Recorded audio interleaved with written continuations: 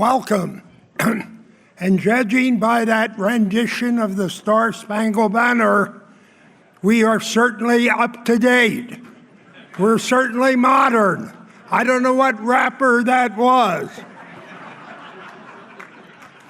I have had the privilege to be the president of the Pennsylvania Manufacturers Association from 1975 until today. Thank you, thank you. And I expect more applause for what I'm going to say next. While I am remaining as chairman of the Pennsylvania Manufacturers Association, David Taylor, who many of you know, has been promoted to the presidency of the Pennsylvania Society. So please acknowledge that. The number of people here in this room, which are a small number of the total audience who will be here probably when Pat Toomey and Rick Santorum speak, is twice or three times as many as were at the first meeting of the PLC in 1989 or 1990.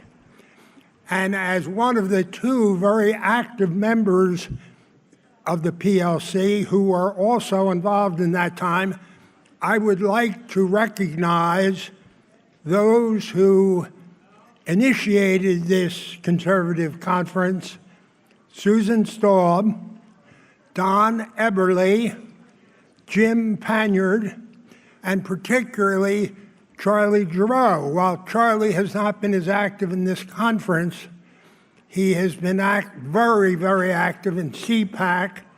He's a very good friend of mine. He makes a very important contribution to the conservative movement in Pennsylvania. I would like to commend, and I should elaborate on this, Loman Henry was our first president of the PLC in 1989.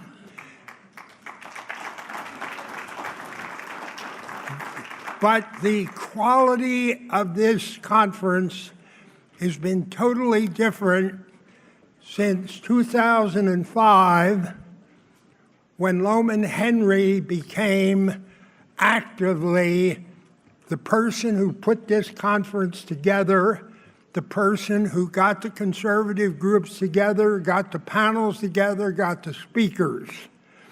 And with that conference, we began, I would say, a accelerated liftoff, which became even more effective when many of you who are members of the Tea Party joined us in 2007, 8, or 9. Now, I'd like to make a comment on two very important issues which I do not think get the proper focus of our government, and the first one does not get the proper focus. The first issue is Marcellus Shale and the energy revolution.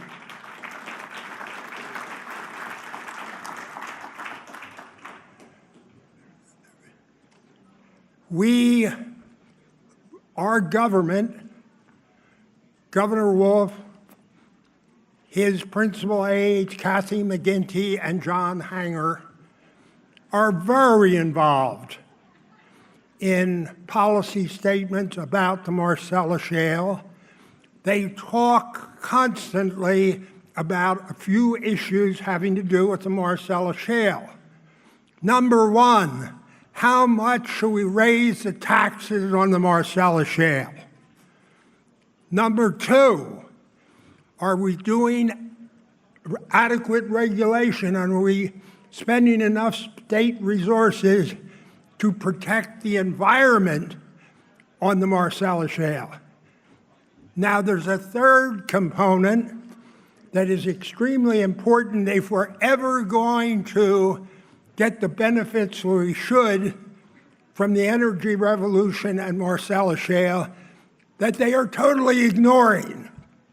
That is the role of government in developing the Marcellus Shale, in getting pipelines which will take the gas where it needs to go, in holding the hands of those people from Shell who have very tentatively agreed to build a cracker plant in Pennsylvania. I do not believe there's any way even government with the wrong focus can stop many of the benefits of the energy revolution. They can't stop it. It's too far along in Pennsylvania now, and we've already gotten too many of the benefits. But what they can do is they can prevent the energy revolution from becoming the industrial revolution in Pennsylvania. Pennsylvania lags way behind in industrial development and plants. The whole manufacturing sector has changed because of digitization.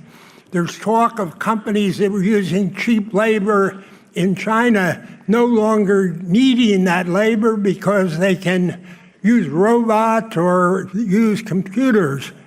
Though if the energy revolution were properly sold, we have the possibility for tremendous energy development in Pennsylvania. I want to be on the record with that as far as PMA. I want to hear more people say that.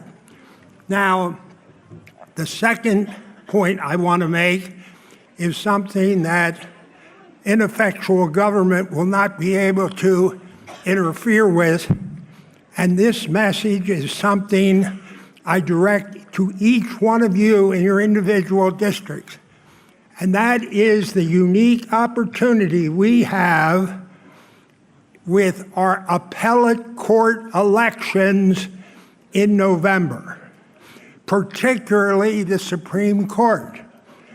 Now, there are 7 members of the Supreme Court.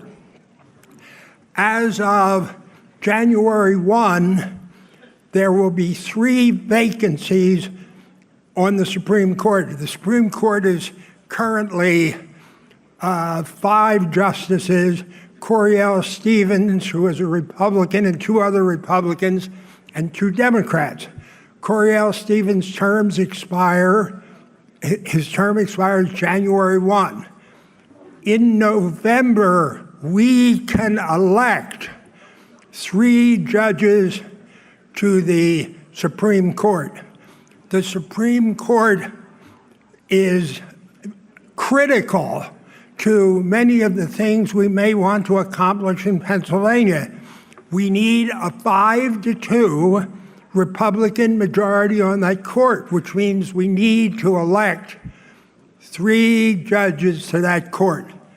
And we can do it because Republicans in the center of the state and Republicans and voters outside the municipal areas and outside the city of Philadelphia are largely Republican. The mayor's race in Philadelphia is likely to be decided in the May primary, and there will be a small turnout. In other off-year elections, municipal elections, we have been extremely successful in electing Republican judges. Regardless of who you support in the primary, which is coming up, and of course there are contested races in both the Republican and Democratic primary, please become familiar with these judges. I know it's boring.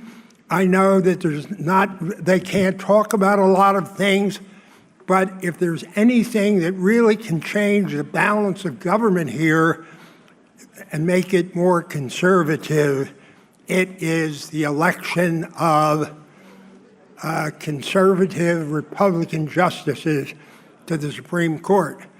Now, one thing I would urge you to look at is These Supreme Court elections are for 10-year terms. Some of the people who are running will be 70 before 10 years expire.